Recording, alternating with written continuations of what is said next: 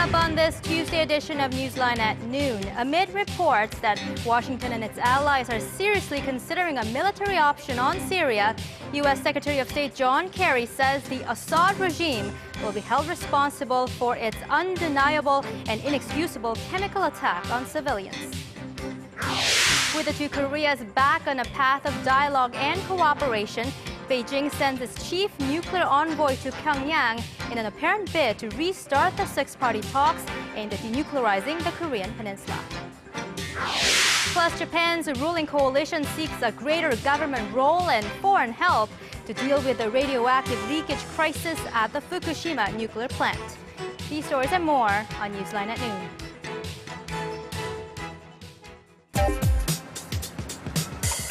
Where's the best place for bibimbap?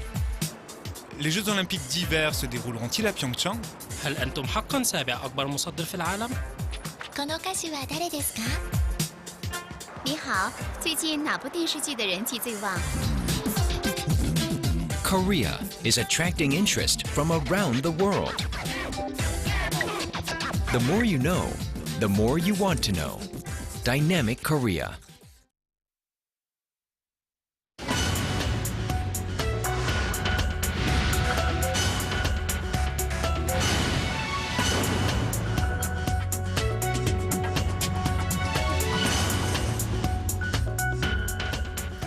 Thanks for joining us. You're watching Newsline at Noon. I'm Choi Yusan in Seoul. Good to have you with us. I'm Mark Brew, and we start this lunchtime with international efforts to bring North Korea back to the negotiating table. There's still little known about the visit to Pyongyang by China's top nuclear envoy, Woo Da-wei, this week. Speculation is running high with signs of thawing relations between the two Koreas. Beijing will step up its role to mediate between North Korea and other regional powers. Han Dan tells us more.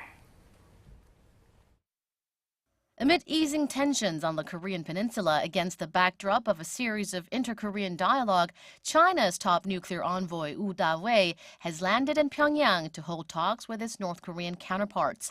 Although the purpose of the visit is not yet known, many experts see it as part of Beijing's efforts to re-engage North Korea in dialogue with other regional powers in order to further enhance stability in the Asia-Pacific region.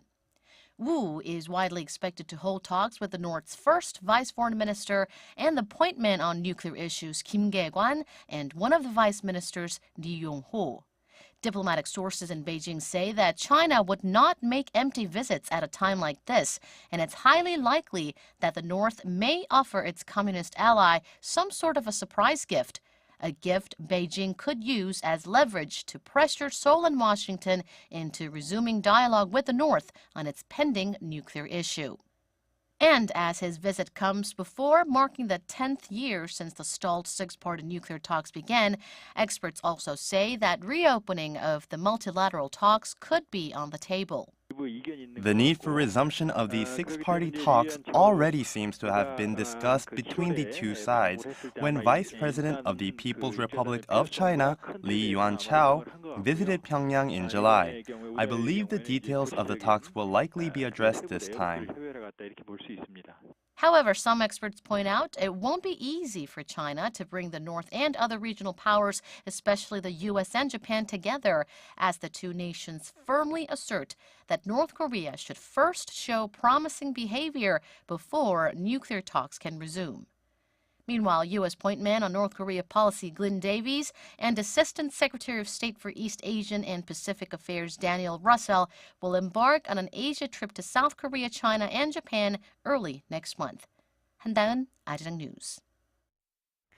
South Korea's Defense Minister Kim Kwan-jin is scheduled to visit Brunei on Wednesday to attend the second ASEAN Defense Ministers Meeting Plus. During his two-day visit, Kim is expected to discuss cooperative measures to counter security threats on the Korean peninsula with defense ministers from the ASEAN region.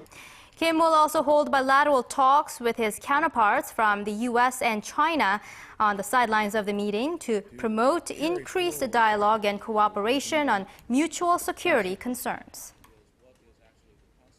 On the nation's economic front, Finance Minister Hyun Oh-seok is trying to reassure the public that the government is keeping a close eye on the economic and financial situations at home and abroad amid the ongoing uncertainty on Asian markets. At a ministerial meeting Tuesday, Han warned against groundless claims about the seriousness of the situation, again reiterating that Korea has a current account surplus and a flexible exchange rate unlike other countries in the region. He added that major investment banks say Korea's economic fundamentals are in good shape. Korea's consumer sentiment stayed flat for the third straight month in August as uncertainties prevail in the country's economy. The Bank of Korea says its consumer sentiment index, which measures the nation's overall economic outlook, living conditions and future spending, came in at 105 this month.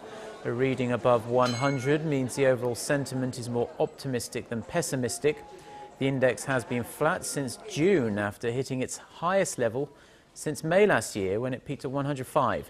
Central bank officials cited surging housing prices as one of the main reasons behind the standstill in sentiment. The number of babies born in Korea last year increased by nearly 3% compared to a year before. Statistics Korea says more than 480,000 babies were born in 2012, and the number of babies expected in a woman's lifetime increased slightly to 1.3. That number has shown a steady increase for 3 consecutive years, but experts point out that it is still lower than other OECD countries. Officials say that because 2012 was the year of the Black Dragon, according to the Chinese zodiac, many couples planned to have babies last year because the Black Dragon symbolizes power, energy and luck. The agency also said the sons and daughters of baby boomers are now in their 30s, contributing to the slight rise in the nation's birth rate as well. Japanese Prime Minister Shinzo Abe is being vocal about his intent to improve ties with Japan's neighbors and key regional partners, Korea and China. Speaking to reporters during a trip to Kuwait Monday, Abe said he wanted summit talks with Korean President Park Geun-hye as well as with Chinese President Xi Jinping. The latest proposal comes a week after reports emerged the Japanese foreign minister suggested to the Korean ambassador in Tokyo that President Park and Prime Minister Abe meet next month on the sidelines of the G20 summit in Russia. Citing a lack of time for preparation and current strained relations, officials in Seoul said talks at best would be informal and brief.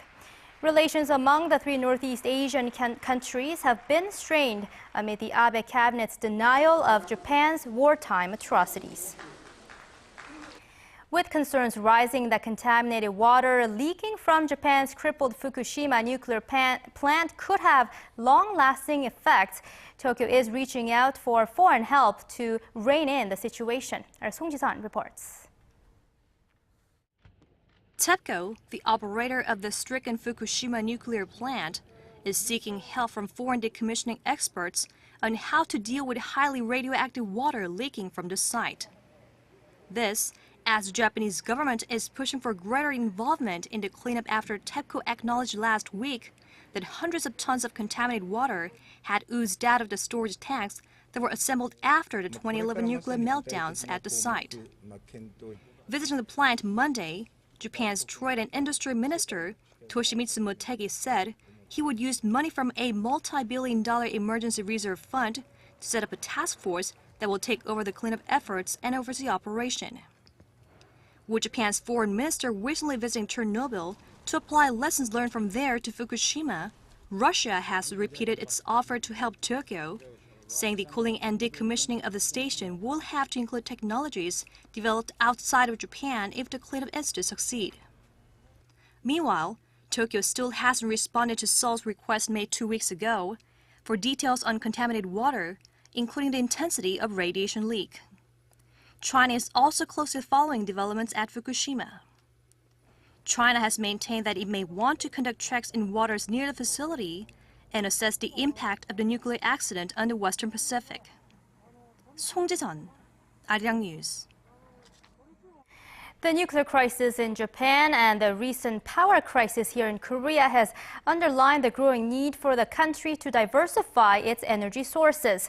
Experts say reducing the country's reliance on nuclear power is just the first step towards a truly stable and independent energy economy.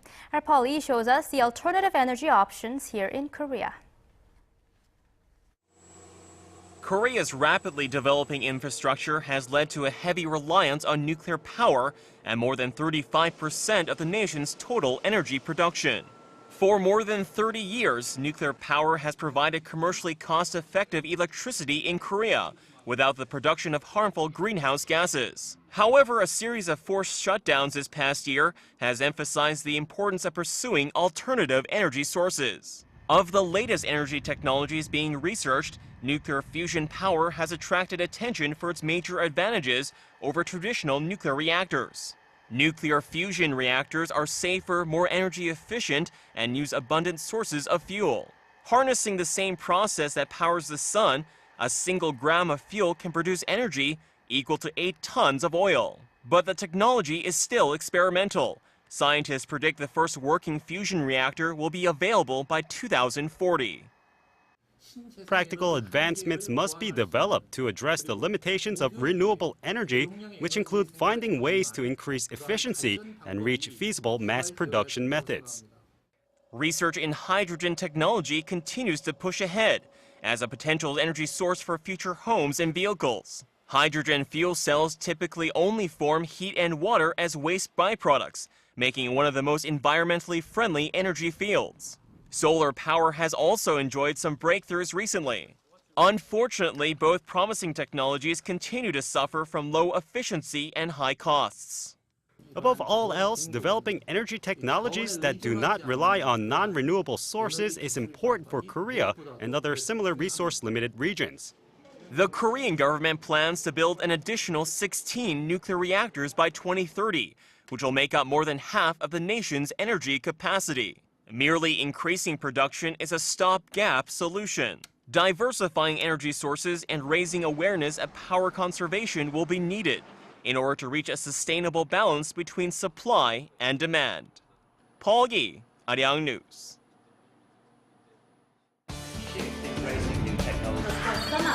For your fill of Korean and international news. Join Chae Yu-sun and Mark Broom every weekday at lunchtime. Newsline at Noon. Plenary session this Wednesday and vote on the government restructuring bills. Some strong words for Syria from Washington. U.S. Secretary of State John Kerry has accused the Assad regime of using chemical weapons and warned it will be held accountable for its actions. In line with his comments, it seems as though a military strike against Syria could come as early as this week. Ojenji reports. The United States has strongly condemned Syria for its use of chemical weapons, calling it, quote, undeniable and inexcusable. Let me be clear. The indiscriminate slaughter of civilians, the killing of women and children and innocent bystanders by chemical weapons is a moral obscenity. In a press briefing Monday, U.S. Secretary of State John Kerry indicated there will be an international response to what's happening in Syria in the coming days. President Obama believes there must be accountability for those who would use the world's most heinous weapons against the world's most vulnerable people. Nothing today is more serious, and nothing is receiving more serious scrutiny. With Kerry's remarks, it now seems more likely Western powers, including the U.S., Britain, and France, are edging toward a military strike against Syria. They're known to have agreed to cooperate in a military action even without the backing of the UN and attack major Syrian facilities using cruise missiles fired from Navy warships. The London-based Financial Times quoted an unnamed senior Western official as saying the three countries are eyeing a series of one-off strikes on Syrian President Bashar al-Assad's military assets to send a clear message that the international community would not tolerate the use of chemical weapons in modern warfare. However, the official added that these nations are not planning to intervene in the Syrian civil war. On the other side, countries like Iran and Russia, allies of the Syrian government, warned that a military attack would be a terrible mistake. If anybody thinks that bombing and destroying the Syrian military infrastructure and leaving the battlefield for the opponents of the regime to win would end everything, that is an illusion. The Russian foreign minister also made it clear that the use of force without UN Security Council approval would be a grave violation of international law. Oh Jin-shu, Arirang News. So, with it looking increasingly likely Western nations will launch some kind of military action against Syria for its barbaric use of chemical weapons against civilians, focus is turning to what shape the attack might take. Our Kim Hyun-bin reports. What options do Western powers have in Syria? The most likely course of action will be airstrikes against key targets, and probably without the backing of the United Nations. UN approval for action against Syria is considered highly unlikely, with veto-wielding Russia a staunch supporter of President Bashar al-Assad. Another option would be for the US and its allies to go through NATO and convince the Arab League to give them diplomatic cover. The last option is to launch strikes almost entirely alone, but experts say these two options will be illegal under international law. Destroying key chemical weapon sites in Syria will be more difficult than scrabbling a few fighter jets, as the regime has strong air defense systems and could easily shoot down the planes. Analysts say B-2 stealth bombers will be a good option, as they are powerful and capable of evading anti-aircraft defenses. Another course of action will be using unmanned drones, destroyers, and submarines stationed in the region. The use of Tomahawk land attack missiles is another option, as they are extremely accurate. Experts also say that if the West goes ahead with a bombing mission, it will probably be conducted at night to keep civilian casualties to a minimum. Kim Hyun-bin, Arirang News. It may be the case of just a few words and a firm handshake, but U.S. President Barack Obama is expected to speak to Russian President Vladimir Putin in some capacity next week during the G20 summit in St. Petersburg. Speaking to reporters Monday, White House Press Secretary Jay Carney said Obama would inevitably meet with Putin as the summit is being held in Russia, but he refused to be drawn on whether they would have a separate meeting of their own. The two leaders have been at odds over Moscow's decision to grant temporary asylum to U.S. intelligence leaker Edward Snowden. In protest to this and other differences, Obama scrapped plans to hold talks with Putin ahead of the G20 summit. The future of Israeli-Palestinian peace talks has been left in question after 3 Palestinians were killed on Monday by Israeli security forces in the West Bank. Following the deadly incident at the Kilandia refugee camp, the Palestinian side reportedly called off a scheduled session of peace negotiations with the Israelis. Palestinian sources say the 3 victims died from gunshot wounds in the chest and of brain damage, and that 19 others were wounded in the gunfight. The Israelis claim they were responding to a violent attack on security forces where stones and patrol bombs were used. Washington, which brokered the recent resumption of the Mideast peace talks, has denied any cancellation of talks, adding the involved parties are continuously and seriously participating. A huge Hallyu, or Korean Wave Festival, recently took place in Los Angeles, where tens of thousands of fans were given the opportunity to enjoy Korean music, food and fashion, and also to meet the love of their lives. Our Kim Min-ji takes us there. Dancers show off their sleek moves, some performing in outfits almost identical to those of actual K-pop stars. Others have made banners in Korean. We're at KCON, the largest Hallyu event ever to be held overseas, that opened in Los Angeles last weekend. The 2-day event drew more than 20,000 fans and spectators, all of whom were looking for a special experience. Flew here all the way from Philadelphia, Pennsylvania. We're waiting here for Teen Top, the fan meeting. We're really excited about it. My sister's actually a huge fan.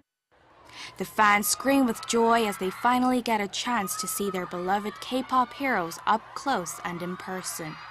The Hallyu stars wave back and enthusiastically greet their fans.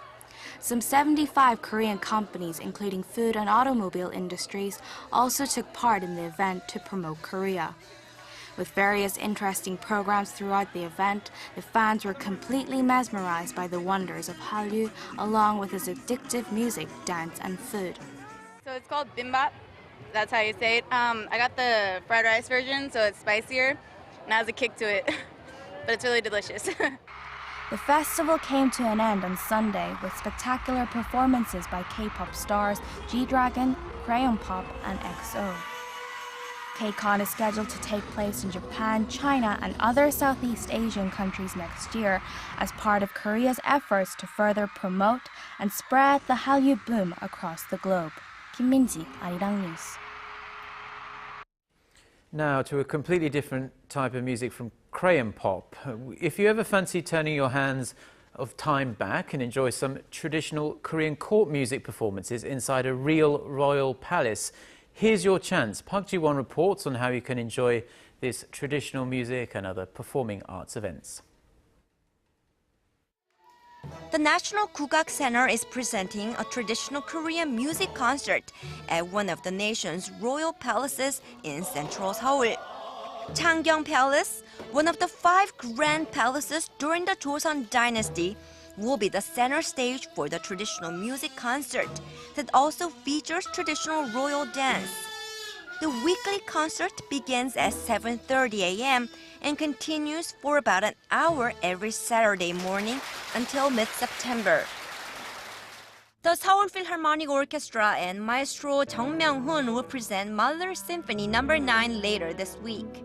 The orchestra has been playing various Mahler symphonies in a series of concerts, and this performance will be recorded as the orchestra's 7th album through the representative classical music label Deutsche Grammophon.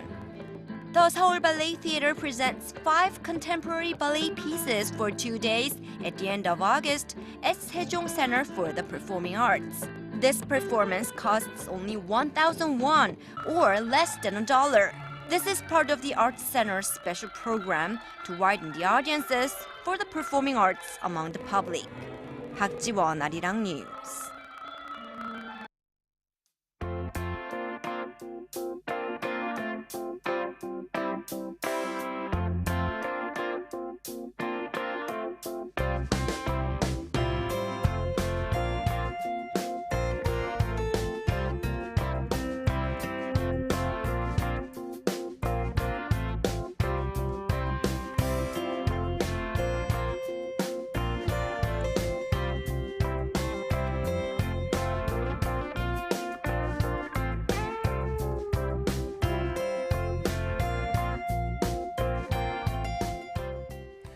Let's now get a check on the weather with our weathercaster Lee Ji-yeon, who's standing by at the Weather Center. Good afternoon to you, Ji-yeon.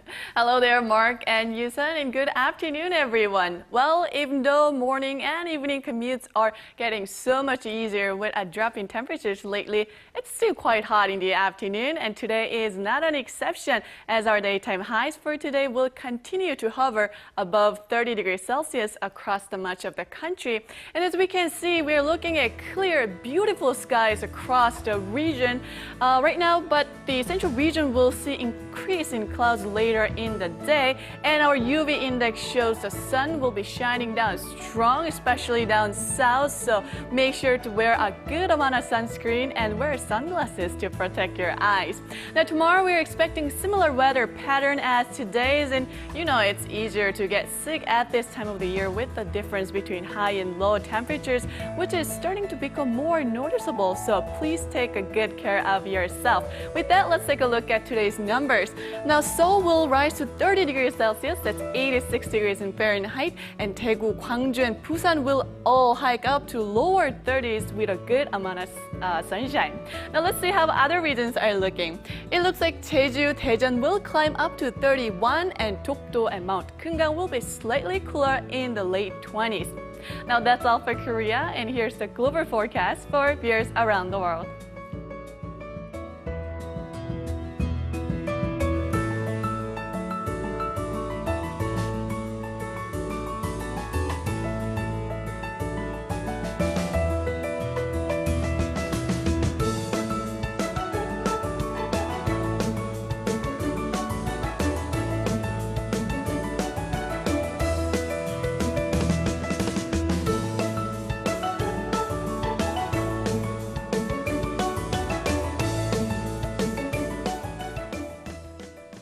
Well, there's a chance of sporadic showers in some parts of Gangwon in the later afternoon, so please keep that in mind. And I hope you have a great rest of the day. Now back to you, Yusan and Mark in the studio. Thank you very much as always, Gian, and those are the stories we're following at this hour. Thank you for joining us on this Tuesday here in Seoul, and we'll be back at the same time tomorrow at noon.